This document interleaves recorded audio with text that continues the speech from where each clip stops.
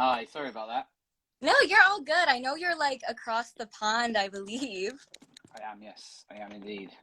I No, am, I am. so How you how are doing? I am doing swell. How are you?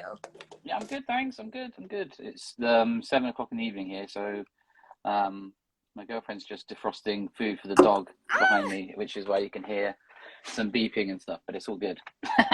Very cool. I accidentally ran over one of my guitars with my foot, so I am sorry, SG. But you can't really see it. It's very blinding outside. It's pretty light over here. It's about 2 p.m. But we have some Cool. people joining, so I'm going to jump right into your interview.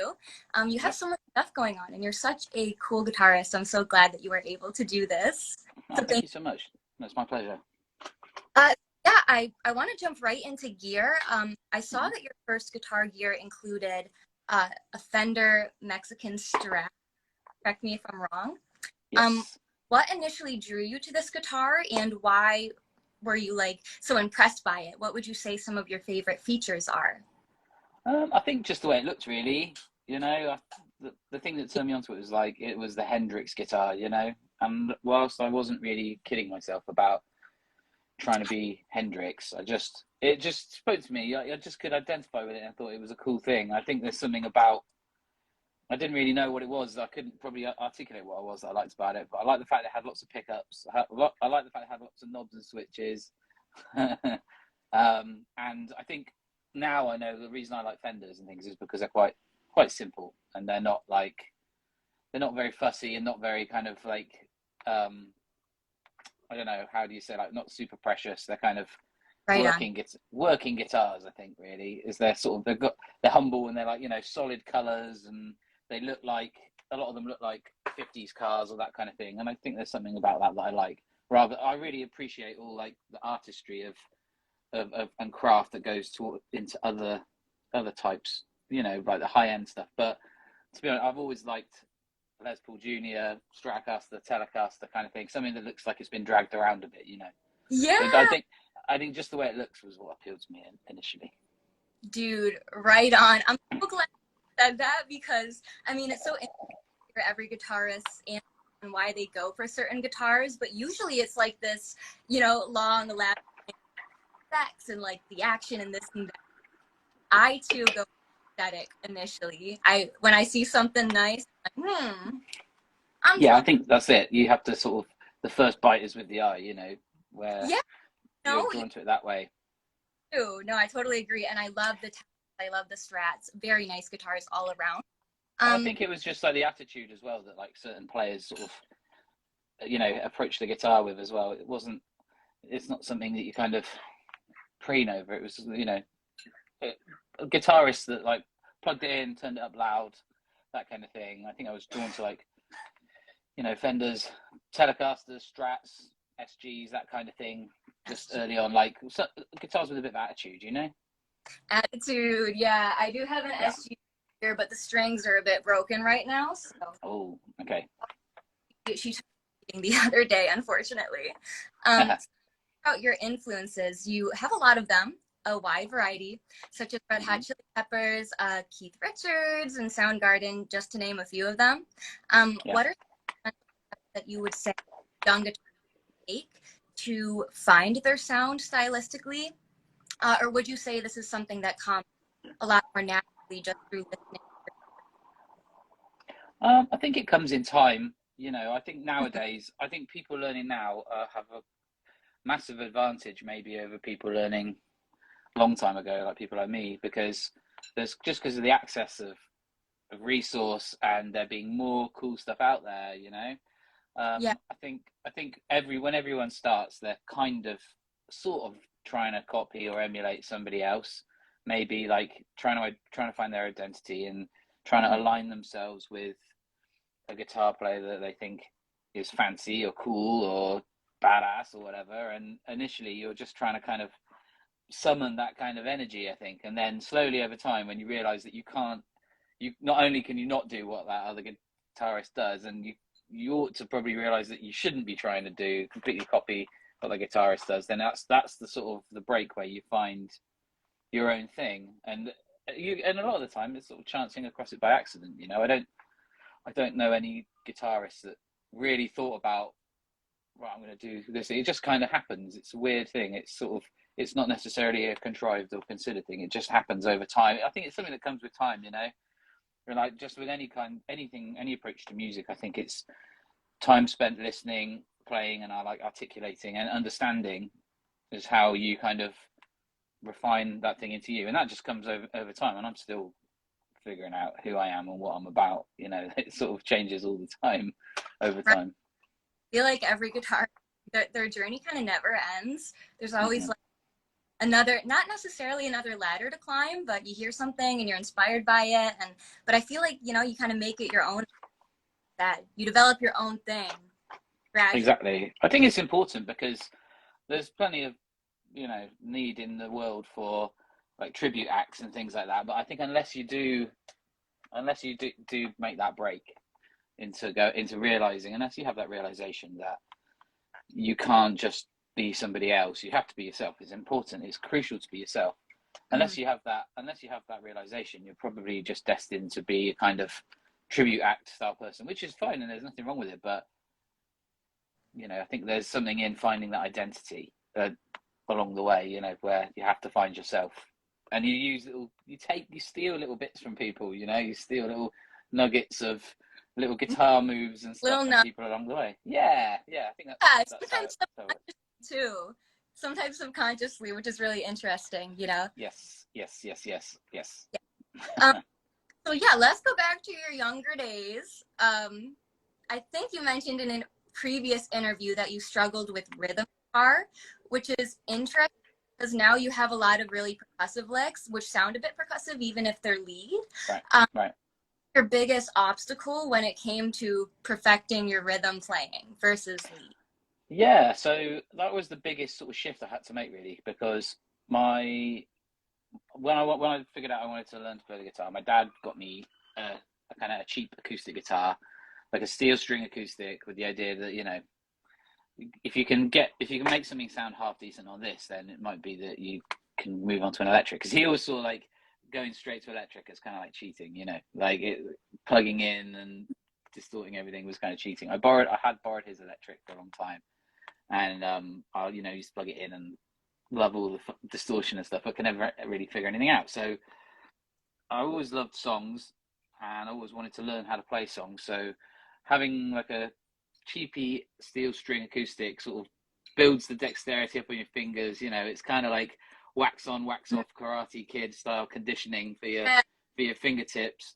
And then I was finding that I was learning chords, like first position chords. I figured out how to do bar chords for like, you know, I was really into punk rock and things like that, and figured out that, you know, I figured the bar chords were like the way forward for that kind of thing. I learned by watching like Kurt Cobain and Billy Joe Armstrong and people like that, and just kind of going, oh right, they're doing that, because I never had a lesson, never had anyone really.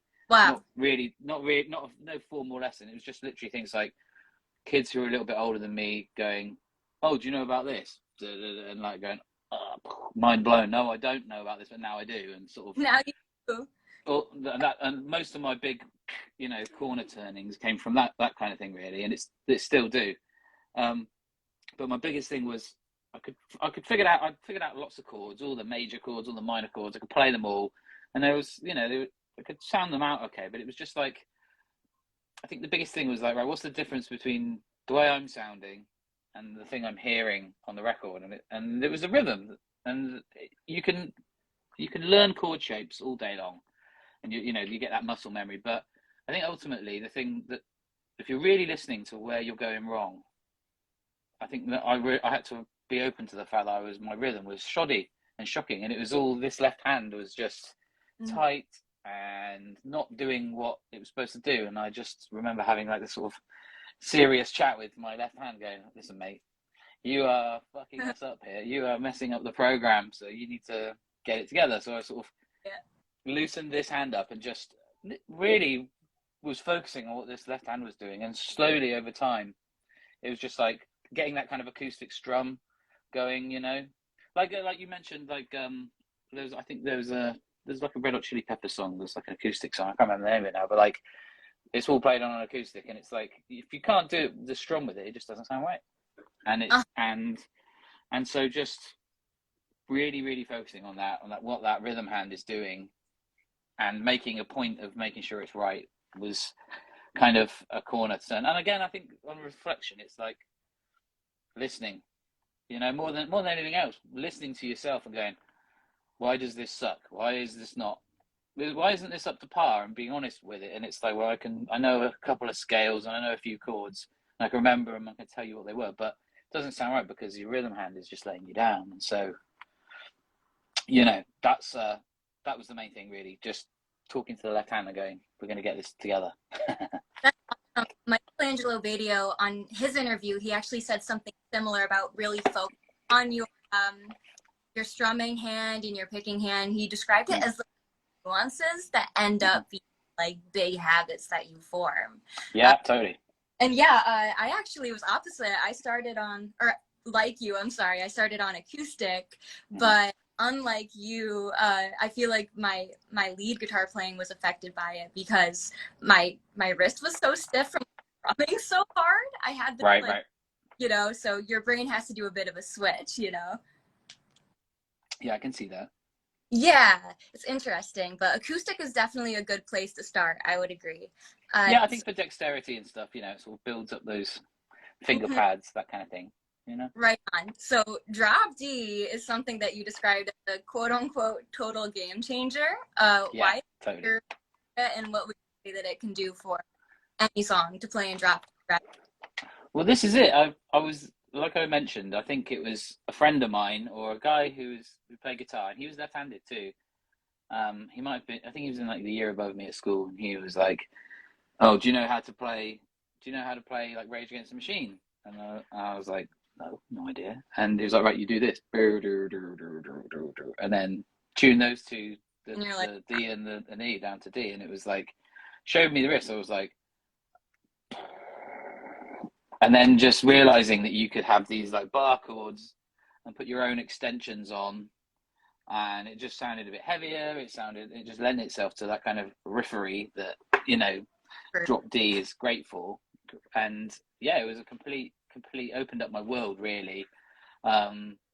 Even in terms of like making up chords, making sounds up that weren't necessarily something you read or picked up from anywhere else.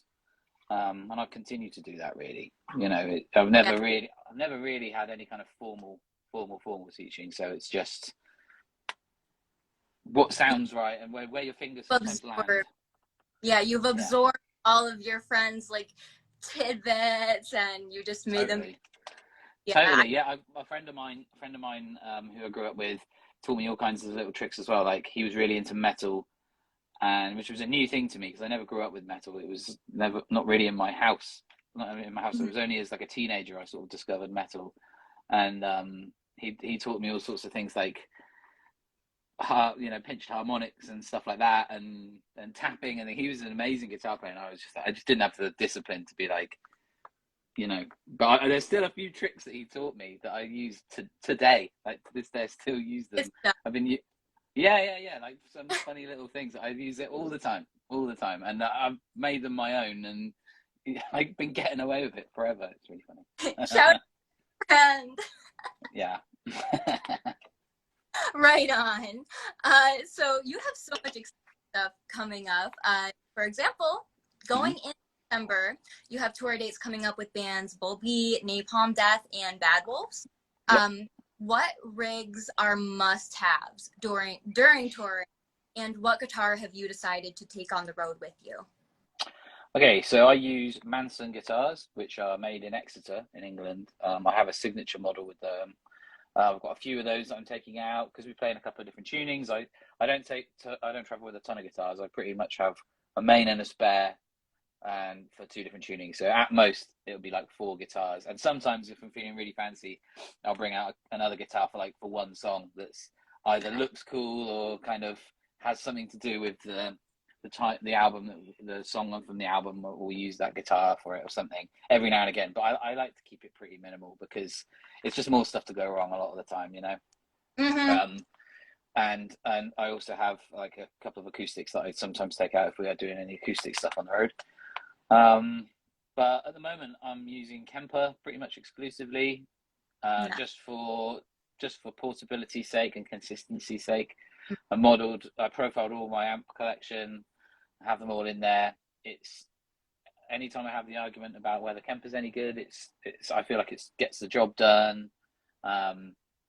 You know, it for the end user, for the person in the crowd, it's close enough to a real amp that it's like it's doing 95% of the job, and it sounds good enough, and it sounds the same every night, which is like a good thing for consistency from an audio perspective, which is something we try to work on, you know, rather than it be different and inconsistent every night. You want to try and give a consistent performance so things are good at a level every day, you know.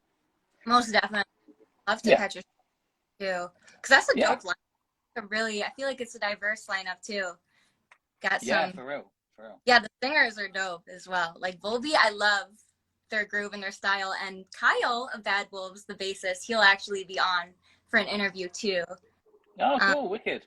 Yeah, I was on his podcast. He used to do a podcast on Spotify like a year ago or so. Okay, great. Well, I'm looking forward to touring with those guys, so please say hello from me. Yeah, for sure, I will. I want to talk about your signature guitar with Manson, because of course we got to about that. Got to shout out your signature guitar. Yeah. Okay, so what do you want to know? Tell me what you want to know. I'll tell you all about it. Yeah, tell me about like your favorite features and why you recommend it. Some of them that you like set up. Yes. Sure. So yeah, when Manson approached me about making a signature, I'd used their guitars for a little while. I've known them for a long time because the drummer from Skindred is from the same town as they're from in the UK, and so it's kind of a family vibe.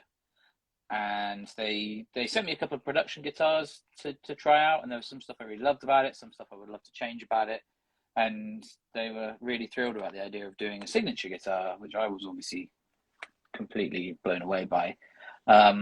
And I kind of wanted to do, in my mind, I wanted to do like the Keith Richards kind of telly custom looking thing, which had the big scratch plate, the Les Paul-ish controls. That was my favorite iconic guitar of his, and I wanted to try and do a sort of modern-ish take on that. So it was not necessarily a vintage-looking guitar, but like a modern guitar, and had some kind of modern swing to it. So you know, it would have a humbucker in the bridge and a telly style pickup. Oh, sorry, humbucker in the neck, telly style pickup in the bridge.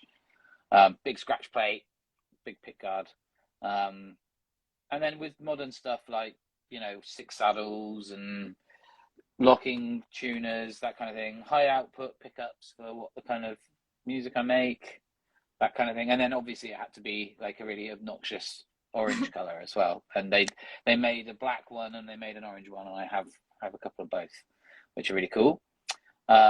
It's really lightweight. It's a bolt-on neck, so if you do have any kind of like, you know, if it comes to any mischief and gets beaten up, you can replace the neck if you need to. Yeah. It's not massively precious or fragile. It gets thrown around. It stays in tune. It really, like, the neck is quite thin, which is cool. It's a cool looking guitar, and it's different enough where it's a talking point and people ask about it. But ultimately, it's just like it's kind of like a telly, but just with a really gnarly ceramic humbucker in the bridge as a single coil size. That's the main thing I use it for. Yeah, everything you just described is like everything that I want in a guitar. Like, cool, okay. I feel like locking tuners are a must for every guitarist. I mean, I've dealt with an SG for a long time with the neck dive and with it going out of tune all the time, like every other solo. It depends on, I guess it depends on approach as well. Like, in Skindred at least, I tend to move around a bit and hit the guitar quite hard, because it's, as you say, it's like the riffs are quite percussive and it's quite energetic, so I hit it quite hard. So, you know, the tuning stability is kind of can be here or there, especially with heavier strings. I'm playing like drop C, so I have like a signature string set that I use that Rotosound make for me, and we play in drop A sharp as well, which is an even heavier gauge. So you know, so if you're hitting it quite hard, you want it to stay in tune. But I find I'm really in love with my ES 335 as well, which has just vintage tuners on, and that stays in tune really well as well. But I play that a bit more delicately. I don't smash that around as much. So I think they're great, but like you say, it depends how hard you're hitting it, I guess. Yeah, I'm heavily contemplating getting one of your orange Manson. Oh, amazing. Neck. Like, I like my SG because of the thin neck too. Yeah, I don't know. yeah. Considering it, dude, because I just got a new sawtooth and I'm trying to stock up on my collection a little bit. So I'll keep that in mind. Cool. Yeah, we're actually working on a new model as well right now, which is quite exciting. We're working on like a couple of refinements about it, which I can't talk about, but we are working on putting a new one out. Yeah. Awesome. I can't wait to see. So with your band Skindred, you've released up to 7 studio albums, I believe. What is your process for recording leads? Is it a formula, or has it changed from album to album? Do you switch it up, or is it more of a formula? Yeah, no, it's different. Every record's been totally different. And I'm more of like an overdubs kind of approach to playing rather than this is where the solo is going to happen. There's been a couple of songs where there's like a guitar solo, but it's not like every song has one. It's kind of if the song's calling for it, and our singer has a tendency, especially in the studio, to like sing over everything. So like leaves himself absolutely no breathing room to do anything because he's just absolutely manic. So he does a lot. So Gotcha. you know, there's a lot of competing for airtime going on there. So it's only on the songs where it's like there's this section which really is calling out for some kind of guitar thing. And I suppose the only formula I really stick to is that I try not to do anything too like widdly or anything too out of my comfort zone. You know, there's a few solos I've done that are kind of like a bit Slash-esque where they're like melodic or memorable. For me, it's always like you want a solo that someone might want to sing, you know, like they could sing it out loud rather than be like, check out my speed and prowess on the guitar. Like I never really gave a shit about any of that, to be honest. There's always people faster and sicker and this than you, and I'm like, I'm not a competitive kind of person enough to be like, that's what I want to do. I just want something to be memorable and to be like, to like something. If you can do something that moves somebody, then that's great. That's the ticket. And I've always been a song person. You know, I'm a songwriter more so than I am a guitar player a lot of the time. Guitar's my instrument, but it's like it's never been a vehicle for me to really show off any kind of lead prowess. So song by song, it's always different, and it's like every song pretty much has like some kind of high guitar stuff. We call it like there's high guitars on things, but more often than not, it'd be like a note played really fast, really repetitively, one note over a chorus with like some obnoxious effect on it, which makes it sound not like a guitar, and like, you know, making it even sound like a synth or something with some attitude, like something to give the section a bit of grit or whatever, you know. Like, but what I tend to do live is play the rhythm, and you know, and more often than not, you can fire like samples of the other stuff you've done, so that you're still getting like those high frequency sounds, but it's not like the main thing.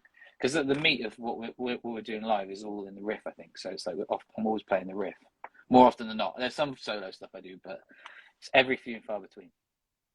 Yeah, like if you can play a riff that that people can sing back to you, that's always like a huge plus, you know, because then it's about the musicality of things. You're not just trying to up. So no, that would be the goal. Like a riff like Seven Nation Army or something would be like, how huge would that be? That like people who aren't even big music fans like know the riff and sing the riff, like football fans sing the riff. You know, that would be like the dream, to write something that just connects with people. I love that. That's awesome. Yeah. So on the technical side of things, I'm sure you've been asked this time and time again, but what are some pros and cons of being a lefty guitarist? Are there any cons at all? I mean, I think the only pro really is there's the same pro and con. I think like you're limited, which can be taken as a pro or a con. I think it's probably good for me because if I had learned to play right-handed, I would be opened up to ownership of God knows how many guitars and things like that. And right now I'm limited to what I can have, which is good. And I'm not really wanting for anything. I've owned or do own or have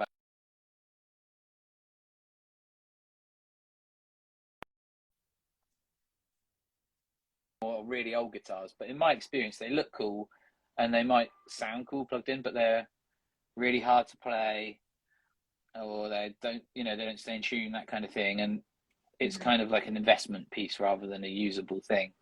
Right.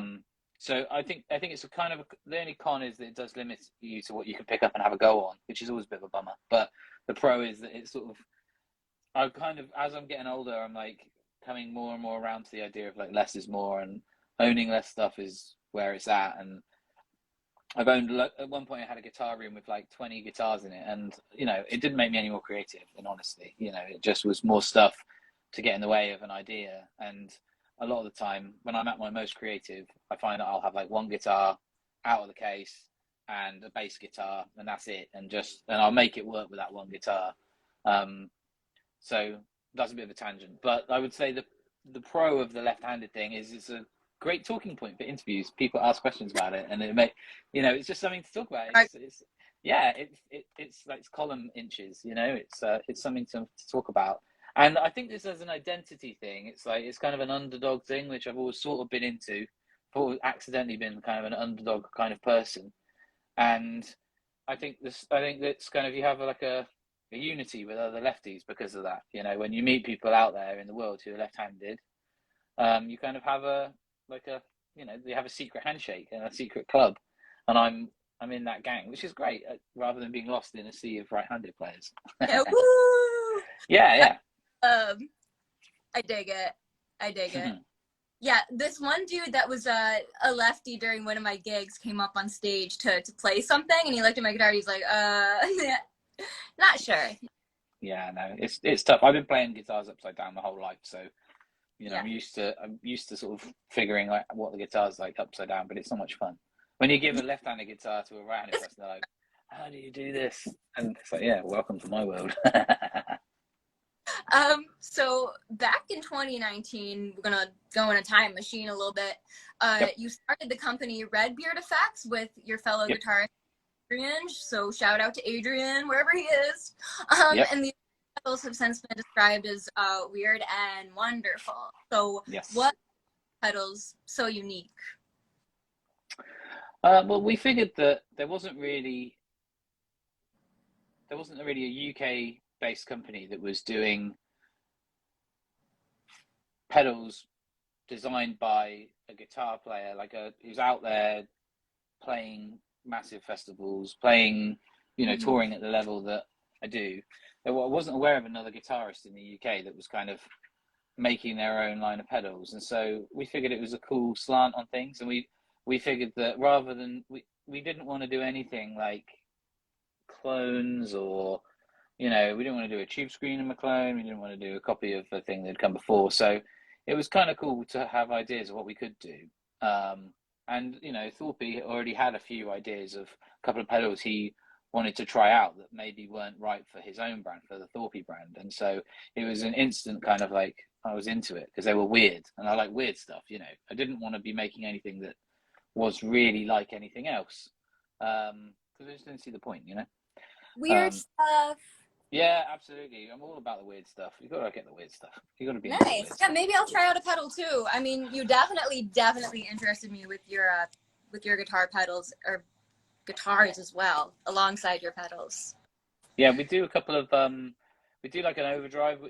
The last pedal we released, it was an overdrive. It's got like a parametric EQ in it, so it's like you can pinch a frequency between like, I think it's like 80 hertz and about 4K, and then you can boost it or cut it by 6 dB.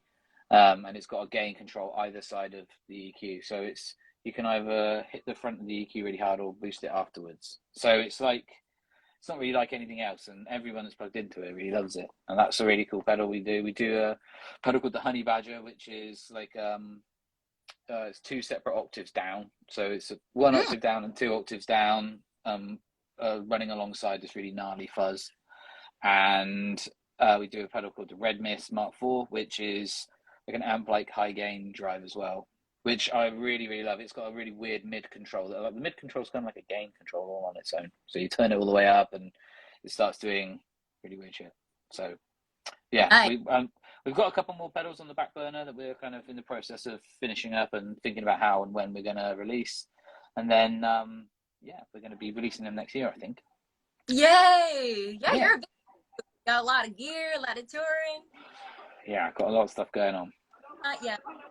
So yes, you played on Jamie Bauer's song "Run On" with King Sugar and producer Perks on Instagram. I got to shout him out.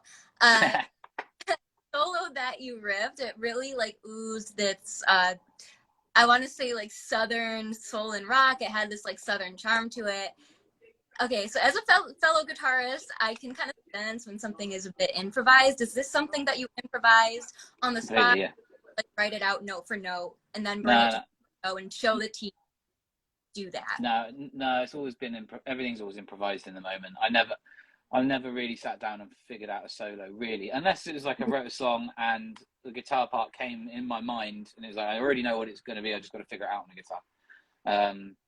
Typically, it's just, Jamie had already come with a lot of how he wanted the song to be, and so it was easy for me, really. It was just a case of sitting alongside and listening and just kind of noodling over the top of it with the right sound, and we sat and we went, oh, that was good, do that again, oh, I like that bit, oh yes, do more of that. And so we kind of refined it. We did a few takes and then kind of just cut it up, and what's there is what we were most happy with. I think once we got the tones right, it was like, he was just like, oh my god, like just do more of that. He was really stoked on it. Yeah, tones are so important. Yeah, so it was I was actually playing one of my signature guitars, but it was into a Angry Rhubarb, which is a Redbeard Effects pedal, which is the parametric overdrive, and that was into my WEM combo, like an old WEM Dominator, which is a 70s tube combo, which is a really cool old amp, and running the reverb from a Space Echo RE201 into it. So it was all quite old. Other than the guitar, it was kind of the amp section, the effects section was quite old, legitimately sounding. So it was no plugins or anything like that. It was kind of vintage. Yeah, legitimately vintage. And so for that kind of like vibe, I think that brought a lot to the table. And it was like, you didn't have to do much. You only had to like play a little bit, and it was like, oh, that's nice, do that again, you know.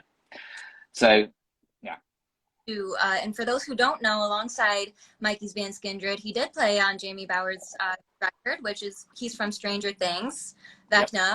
But yeah, King Sugar was on that. It's just a good record all around.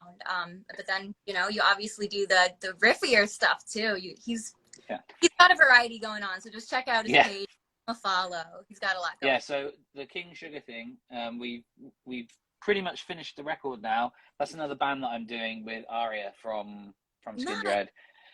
He's playing drums, I'm playing guitar and singing, and it's kind of like, it's a bit more, it's very different to anything we've done before. So it's kind of like, it's like a rock and roll vibe.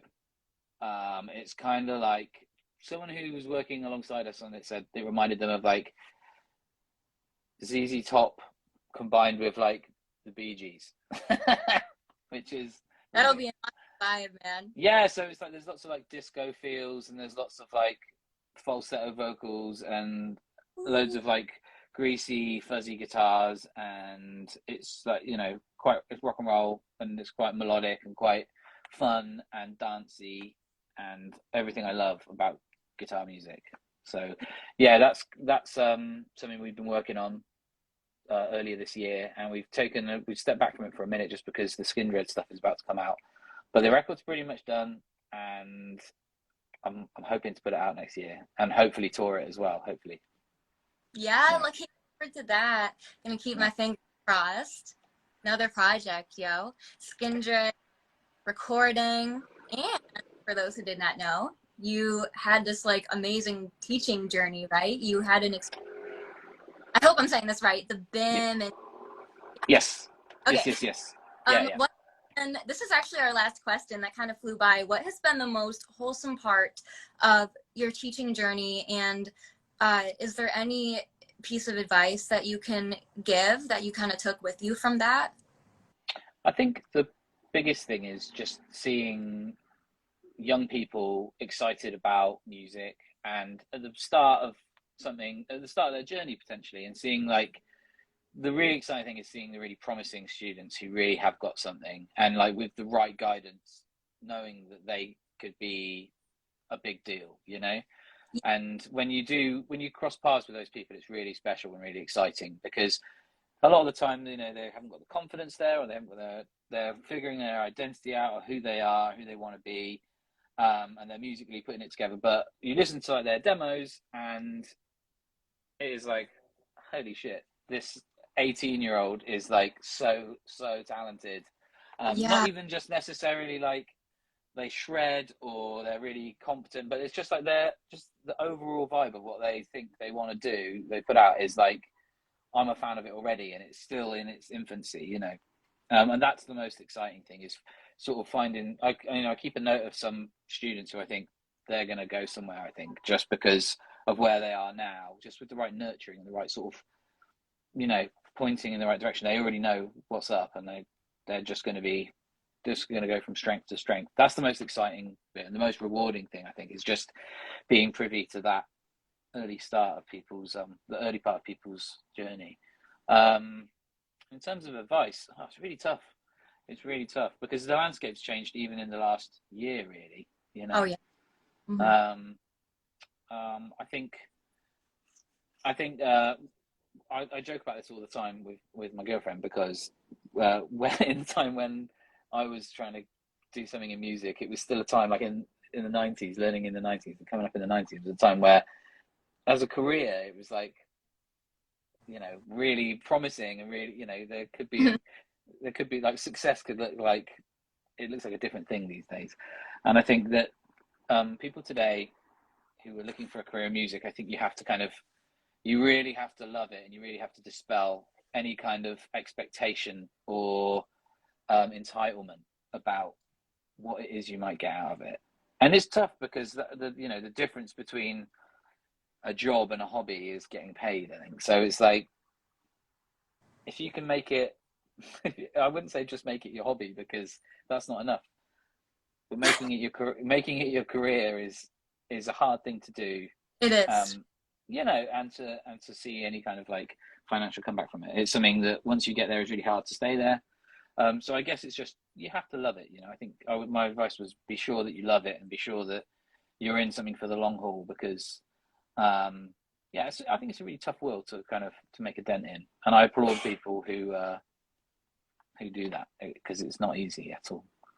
Yeah, and the thing that you said about the students just kind of knowing the sound that they want to have in the studio and everything, and you kind of being there as a support system and not really leading the way, but giving them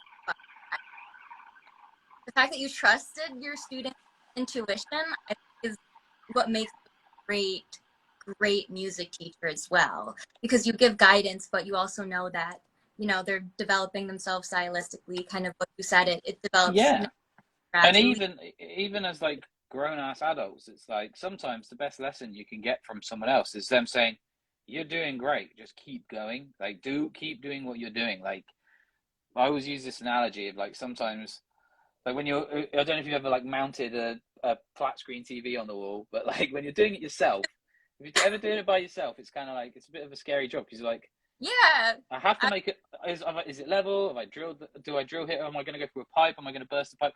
Sometimes you just need someone to go, drill the hole, dude. Like, you are there. You've got the right spot. Drill the hole. Go for it. Do it. And sometimes that's the best lesson that you can give, is just support and like encouragement of someone, especially if they're onto something. Not to be like to dissuade them or to dispel them from doing it, but it's not our jobs as educators or, you know, mentors or anything to like dispel people. It's just about guidance, I think, and that's the beauty of it, when you find somebody who is so able and talented so early on. It's like, just want to be like, back that person, like, you know, make way for the quarterback, you know what I mean? Yeah, Yeah, that's I really appreciate you doing that. Actually completes our whole interview. okay. Mikey is literally across the pond from me. I am in upstate New York right now, like next to a farm. You can't see it outside, but if I'm ever in the UK, I would love to jam, or maybe even get a lesson or something. Absolutely, it would be my pleasure. That'd be awesome. Thank you so much for doing this. I really appreciate it. Yeah, no worries. Thanks so much for your time. Right on. Hope you guys enjoyed. Have a very snazzy day. Thanks, guys. Have a good one. Cheers. Cheers.